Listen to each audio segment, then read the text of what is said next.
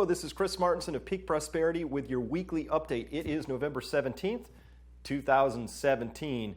Now, the world is still going crazy, and one of the craziest things out there has to be that we just saw a single painting sell for $450 million. Now, I know it was allegedly a Leonardo da Vinci. Somebody bought it for $50 like, a few decades ago, but $450 million. The most recent one prior to that was a Picasso, I believe, selling for about $180 million, if I have the numbers right.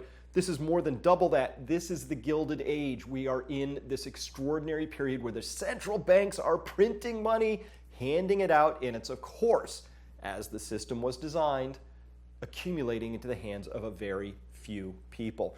That's how the system works. I wrote about it in the crash course in 2008. That's why I included the quote from Plutarch, which says, "An imbalance between the rich and the poor is the oldest and most fatal ailment of all republics." They knew about it then, we know about it now. The difference is we don't talk about it now. The Federal Reserve, Janet Yellen wrings her grandmotherly hands and says, "Oh, we're concerned about income inequality." You shouldn't be. You're creating it. $450 million for a single painting tells you where we are in this cycle. It's extraordinary. And so recently, I've had people tell me that on a trading site that I belong to, sometimes I get emotional about this. I get angry. This is really deeply unjust, right?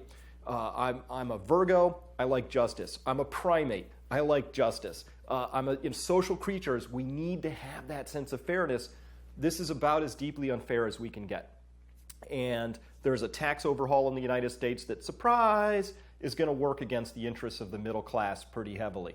There's a new regulation being promoted through the Federal Communication Commission that around what's called net neutrality, which is, surprise, going to allow big cable companies and internet companies to throttle and section the whole thing, which, surprise, is going to make your lives harder. And we just found out, I talked last week in my off-the-cuff radio interview about a family in Charlottesville, North Carolina, where their health insurance, now this is a family, they're making $100,000 a year. You're saying, wow, that sounds like, upper middle class.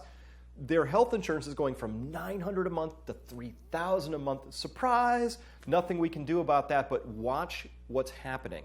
In every single case, the system is taking and ruining the lives of the middle and the upper middle class to give so much to this little tiny elite crew that they can afford $450 million for a single painting. And of course, this is a fatal ailment of all republics, because what happens is we get angry about these things. So it's okay to be angry. In fact, if you are not infuriated, you're not paying attention. That's what's happening in this story. So people increasingly are feeling that infuriation. I say, get off the opiates. Don't use suicide as a way out. Stop binge watching Netflix. Get off the couch. I mean, this is time, people. It's happening. And these are just sort of the human symptoms on display. Trump, a symptom. All of these really grotesque stories coming out about how men have been treating women, that now finally it's okay for that to come out. A symptom. The deepest thing that we know is that we are out of relationship with the primary feminine in our lives, which is the earth. We're out of relationship with the spaceship that supports us. We're so out of relationship that it's okay now to just print money and give it to a 0.01%, and nobody seems to know what to do about it. Well, I'll tell you what's going to happen here is eventually this ends in revolution, some sort of revolution, whether that's Mother Nature's revolution against the pesky apes on her, or whether it's a revolution within a country. But we're already seeing the signs. It's in the Brexit vote.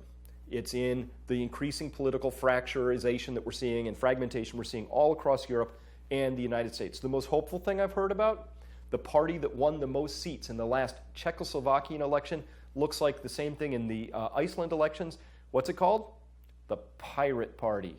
Yes, you're right. It involves young people. They've decided pirates couldn't possibly do worse than the ruling elites and the status quo, and they are now winning seats because how things are working is broken. And it's time to call time out on this story and admit that. It's time to admit that we're out of relations in so many ways, that we're not going to tweak this. We're probably not going to pass a couple of rules. We're probably not going to shame each other into better behaving. We have to get to the root of the issue. And you know what it is?